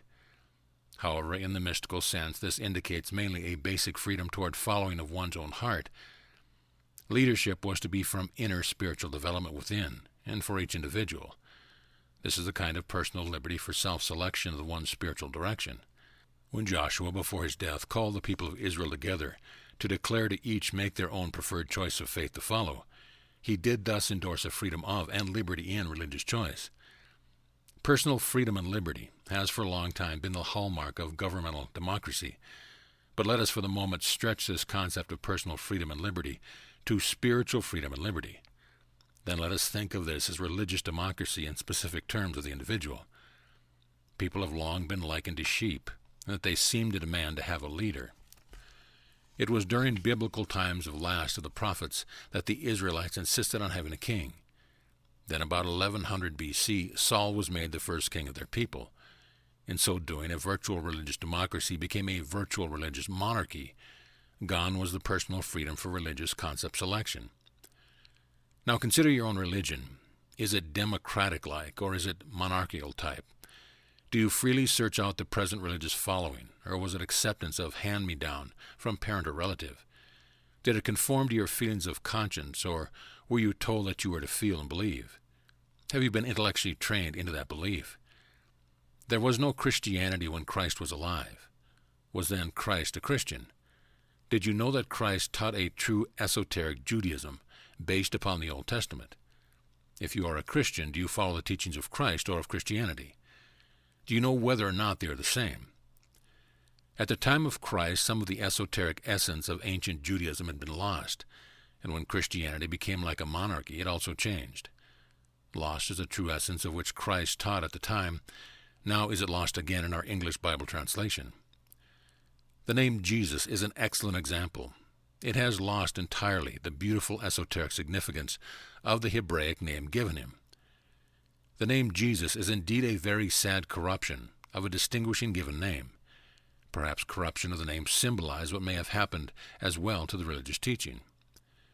Christianity has now become quite a gigantic religion, having several hundred variations, both in practice and also in name. Its priesthood may be proud of its massive organizational structure. Its structure is a glorious religious monarchy, one that its adherents cannot hope to penetrate. All follow rules the monarchy decides to lay down for its adherents. Can religions be changed to become democracy-like? Actually, we do now have some democracy-like form, but it is subjugated within the monarchy. Let us reconsider a concept given back on page 22, that each and every one of us already has within ourselves the spiritual capability for generating reward or punishment in accordance with our inner feelings of nicety or nastiness. If we are continually impressed to feel that we are sinners, and to feel we must redeem ourselves, then our inherent creative capability in responding to such feelings can create for us sinful situations and redemptive needs. Here is a genuine product of spiritual democracy, and its work through freedom and liberty of feeling. It is almost impossible to teach spirituality through intellectual means. Spiritual involvement is a growth process that is attained mainly through experiencing. This too indicates a democratic-like attribute. That which one experiences towards spiritual growth is personal. It happens within the inner being of an individual.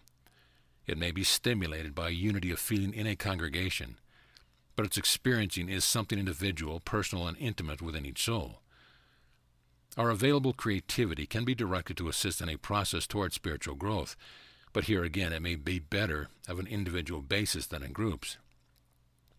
It may be preferable for religion to teach us how to take positive advantage of our creative gift toward enhanced growth, rather than teach religious morals or negative perception for avoidance.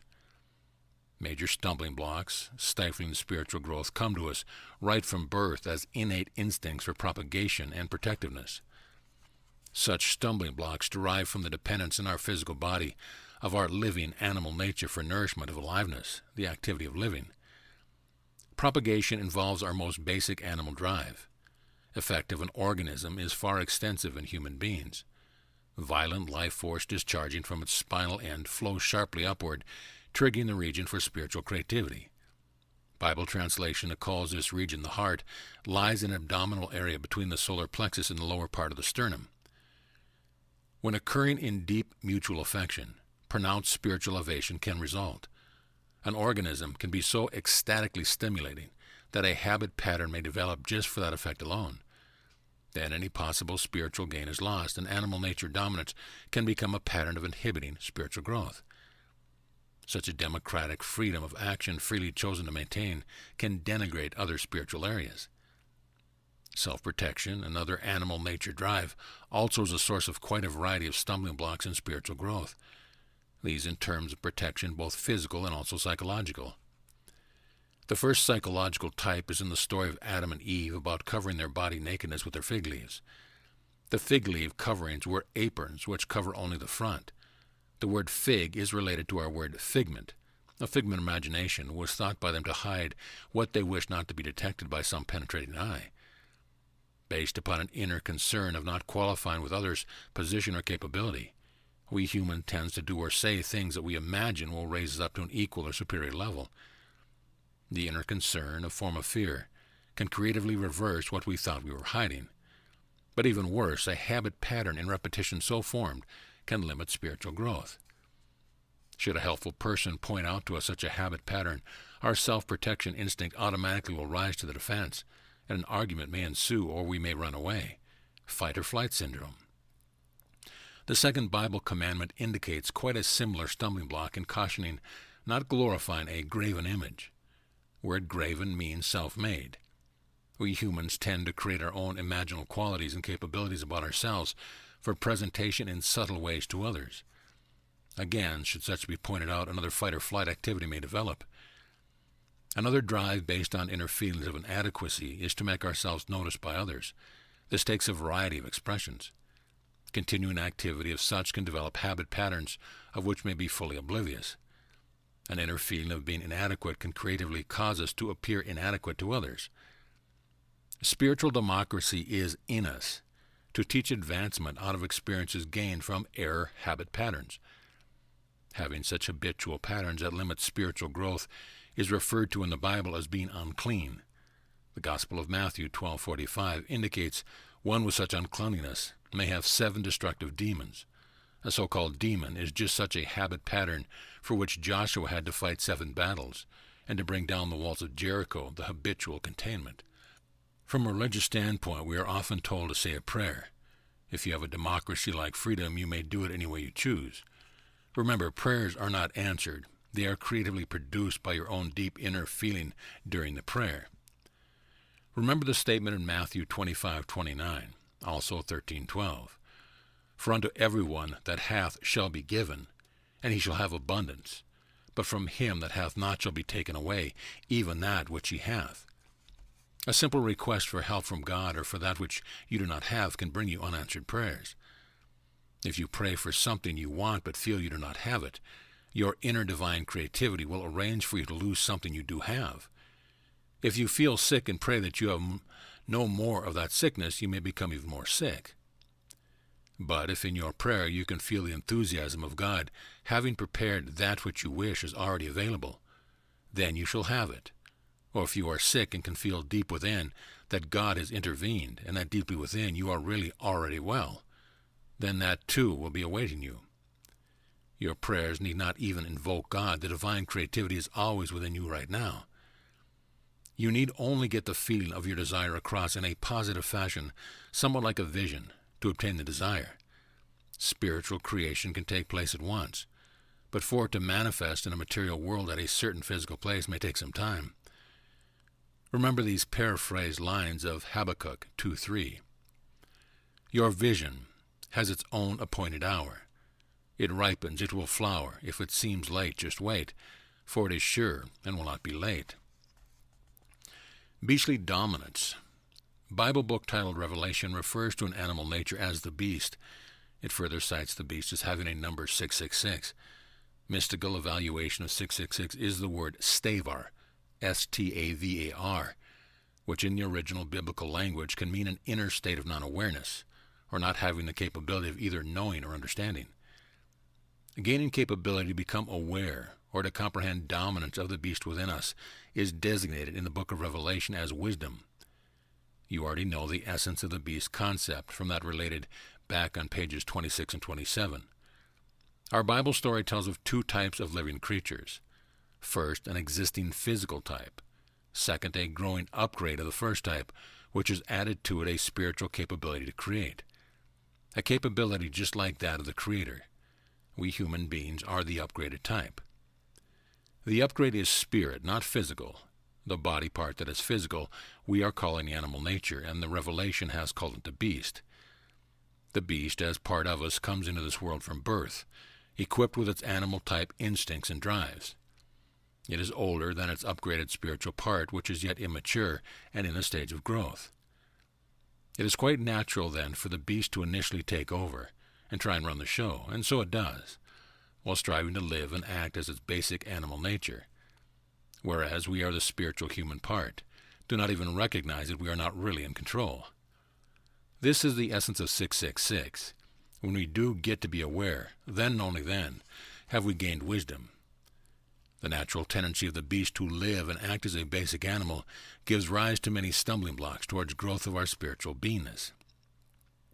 Hindrance by the beast is brought out in a biblical story long before the story of the volunteer drama already cited, and even before the time of Abraham. It is quite a short story with a cleverly interlinked impact. It is this of Noah, his 3 sons, and a grandson. It is the English version. The sons are Ham, Japheth, and Shem. The son of Ham, grandson of Noah, is Canaan. As the story goes, Noah is drunk on wine and lays supine and stark naked in his open tent. Son Ham sees his father, then goes to his 2 brothers and ridicules his father. Sons Japheth and Shem stand side by side with a large cloth over their shoulders and walk backward into the tent without looking at Noah to cover up the exposed nudity of their father. Significance of each character is gained from mystical meaning of the name. Ham is the animal nature, the beast. Japheth is the intellect. Shem is the spiritual. Canaan, a development or outgrowth of Ham, is an upgrade of the beast as with us during our growth. Somehow, when Noah is sober, he knows all that took place. He does not mention Ham at all, but predicates that Japheth will serve Shem, and that Canaan, as a servant of servants, will serve both Japheth and Shem. The veiled significance is that when animal nature becomes part of the team of mind and spirit, it will not only aid mind, but the two will both assist spirit in its development. Thus, the beast will not always dominate one's life. It too will develop to where it assists one's overall spiritual growth. Was it Mark Twain who said that it was a shame the way youth is wasted on young folk? The apparent waste may just be an exuberant activity that is the needed aliveness for spiritual nutrition and growth. We might even go further back than Noah to witness dominance of the beast. Cain, son of Adam, dominated over his twin brother Abel and exemplified the beast. In the living drama presented by volunteer souls, it too characterized progressive stages for the beast along with advancement in the growth of the spirit. Of the 2 sons of Abraham, Ishmael, the firstborn, represents the beast. Of the 2 sons of Isaac, Esau, the firstborn, represents the beast. The sons of Jacob arrived in 2s from their respective mothers, and of each such pair the firstborn represents a successive but small progressive change of the beast. In spite of this minor progressive improvement in the Jacob beast, its dominance gave rise to the cause of the bondage and the requirement for a repeat. Before we have a dark night of the soul like Jacob, beast dominance may be unrecognized and unopposed. Its nice or nasty hidden activity within us depends on qualities brought with it into our lifetime. This in turn depends as well on our past spiritual progress. We are here on this physical earth in training for a primary purpose of continuing spiritual advancement or growth. For this, the beast must be with us, for it is its living activity of life, its aliveness, that supplies nutrition for spirit to grow. In order to effect spiritual growth, we are faced with a paradox like that of Catch-22. If we pick up a dictionary to find out how to spell a word, we must first know how to spell it to find a dictionary. Spelling words is intellectual, but effecting a growth of spirit is spiritual, which first we must comprehend. Fortunately, our initial spiritual insemination, The seed already has its motivation for growth, and can succeed if not impeded by an immature beast. But we still should be able to comprehend that there may be beastly interference. Achievement over beastly dominance is attained as a soul approaches graduation in spiritual advancement, as the final player in the drama of volunteer souls. Christ exemplified this on the cross when the veil was rent before he died, and as he stated that he commended his spirit to the Father, Luke Gospel. The four Gospel depictions of Christ as the final drama player give a summary of major levels human may go through in attaining eternal life. The four major levels of the crosses are symbolized on the tree of life, and also in the Gospel order of Mark, Matthew, Luke, and John. The spelling of beast dominance is at the level symbolized by the Gospel of John. Our religious monarchy itself has its own unknown and unrecognized beast. It too came at birth of the religion, and has its own innate programming of self-protection of graven image and of others. The dominant beast of religion lies in the level of oversimplified teaching, at seemingly juvenile level, yet intellectual, inbred, brainwashed, so as to be intolerant of all other concepts. This generates true monarchy to program us into what we must believe. We must believe that his father condemned youthful Adam for the first misdeed, requiring that all of an ensuing world population must be redeemed for that very first immature act. Would your father treat you that way? Yet we are taught God is love itself. An unfortunate teaching is the misinterpretation of the significance of the term Son of God. Evaluation of the term son in biblical language also has meanings of outgrowth of, development from, etc. All humanity are just such developments. Apostle Paul emphasized, "Ye are all gods." But for Christ it must be believed he was a special case as an only begotten, a direct descent of a divine family, rather than it being a metaphor to express him as being at an especially higher spiritual level than the rest of us. Another even more unfortunate misinterpretation of the Messiah concept. Over the past hundreds of years, there has existed a conviction by thousands that Christ is to return to resurrect and save all of us. Countless millions of people over hundreds and hundreds of years have expected, waited, and died waiting for the Messiah to come save them. In a monarchy, we wait for someone to do for us. In a democracy, we do for ourselves. Spirituality is a democracy. Even to be saved, whatever we may consider that to be, is to be done within ourselves. The word Messiah derives from a biblical term in which the book of Daniel. There it is given as Meshiach, M-E-S-H-I-A-C-H, which in its real mystical evaluation means an innermost acquirement of virtue, something self-accomplished, a condition or state of inner achievement. The essence of meaning is that a state of Christness is to arise within, through our own spiritual growth. It is to be a democratic achievement. To patiently wait for one to come to do it to us can only delay its achievement. Can it be that religion has thus delayed the very goal it may have endeavored us to reach? Not only do we as religious democrats strive to train the beast within us, to modify its basic nature into aiding our growth, but we must now also recognize that the very religion that is guiding our growth has its own beastly dominance and interference. Will your religion agree, or at least consider, such a possibility? Or will its inbred beast enter its own syndrome of fight or flight for its own self-protection? It may be that religion, as well as humanity, is in a process of spiritual growth, and perhaps as well in stalemate like a bondage of the sons of Jacob. Since spirituality is fundamentally democratic, we as its personal consider it a right by your own doing. This does not preclude a future return by one like Christ.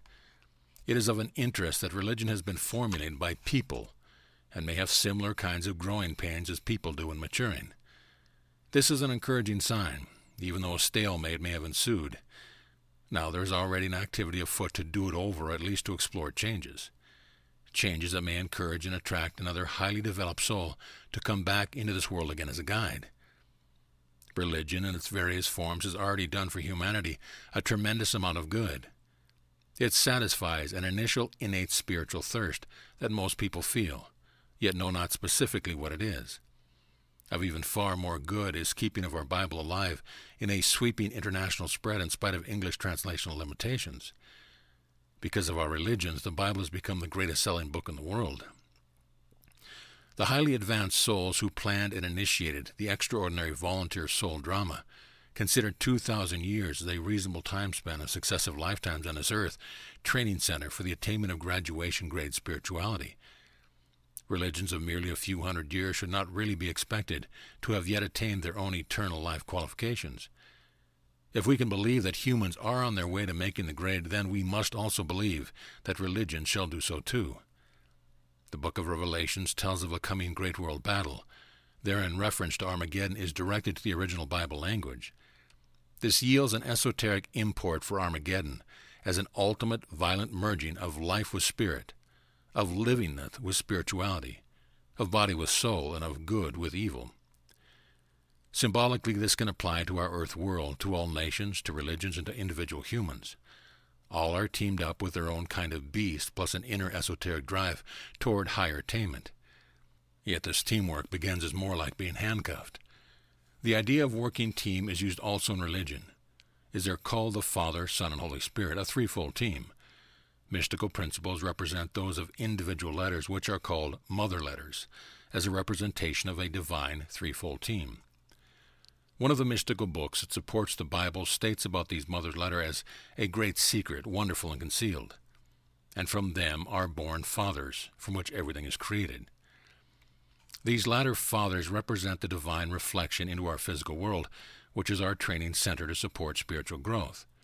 The so-called fathers are a team of four, the additional one pertaining to an aspect of this earthly training center. In the Bible, this team is given as another four individual letters.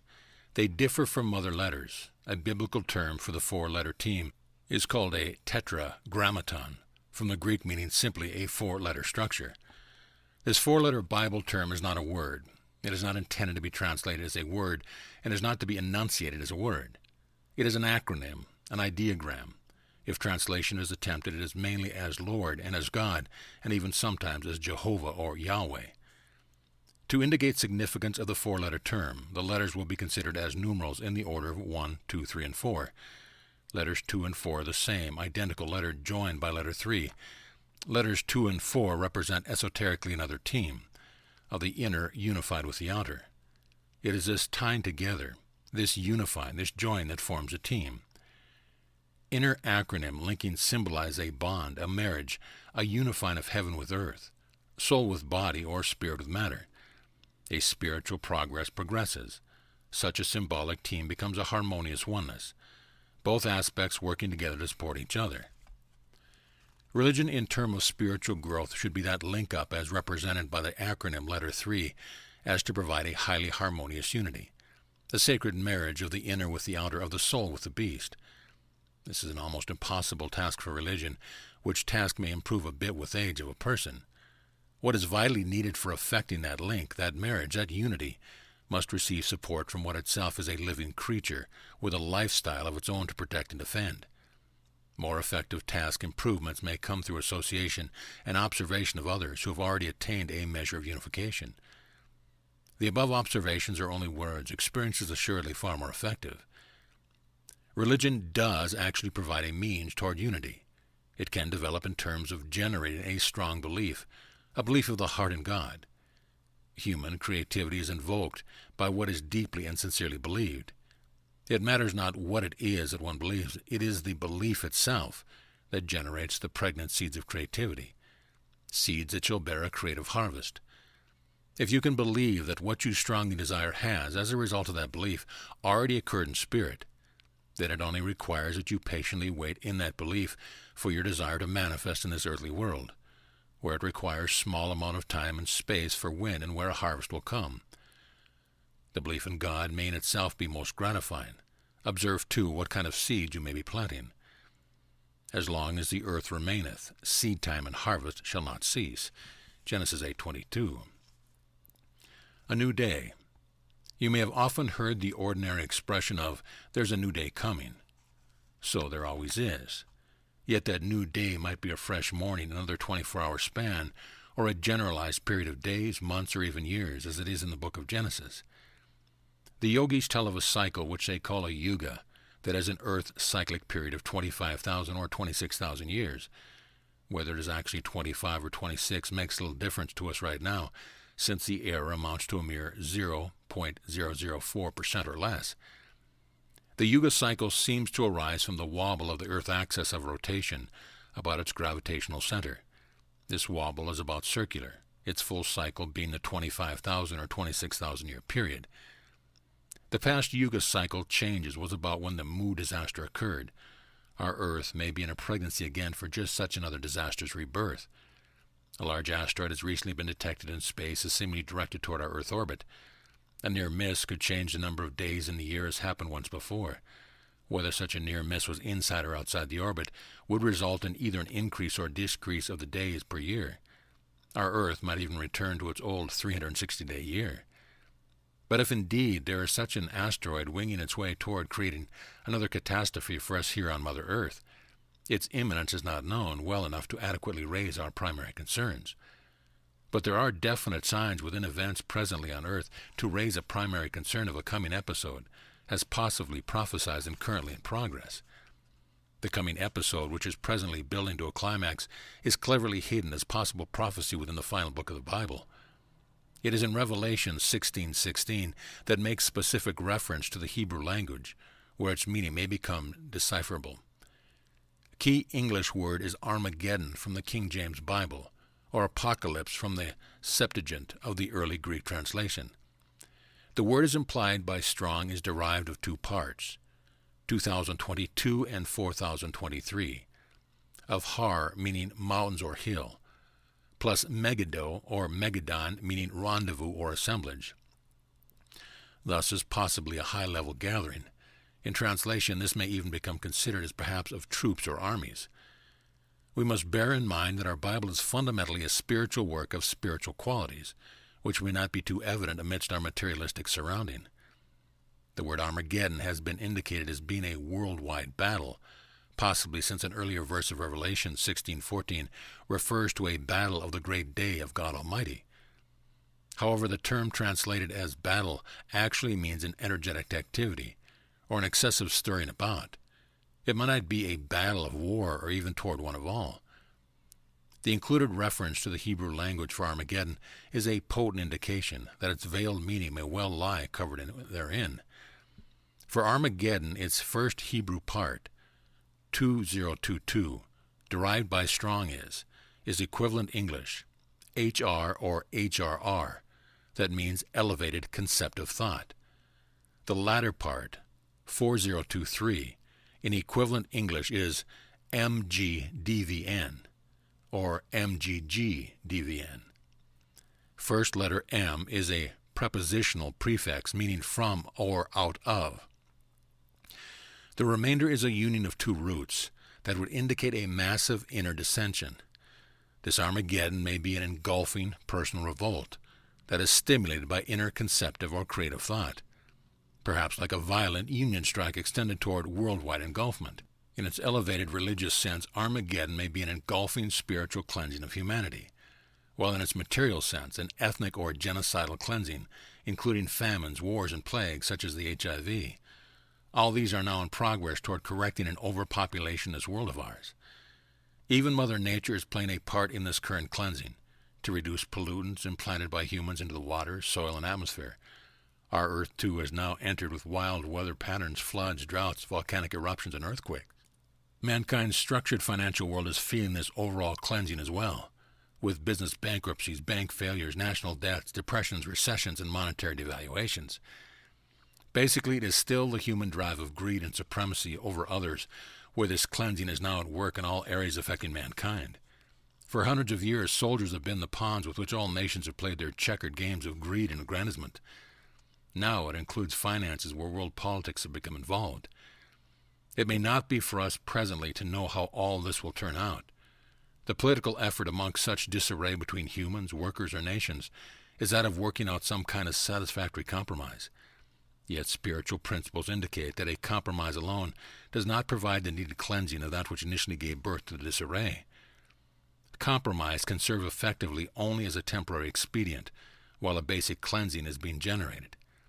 In the Bible story of King Solomon, when two mothers claimed the same child, he offered a compromise of slicing the child in two, so that each claimant could have an equal share.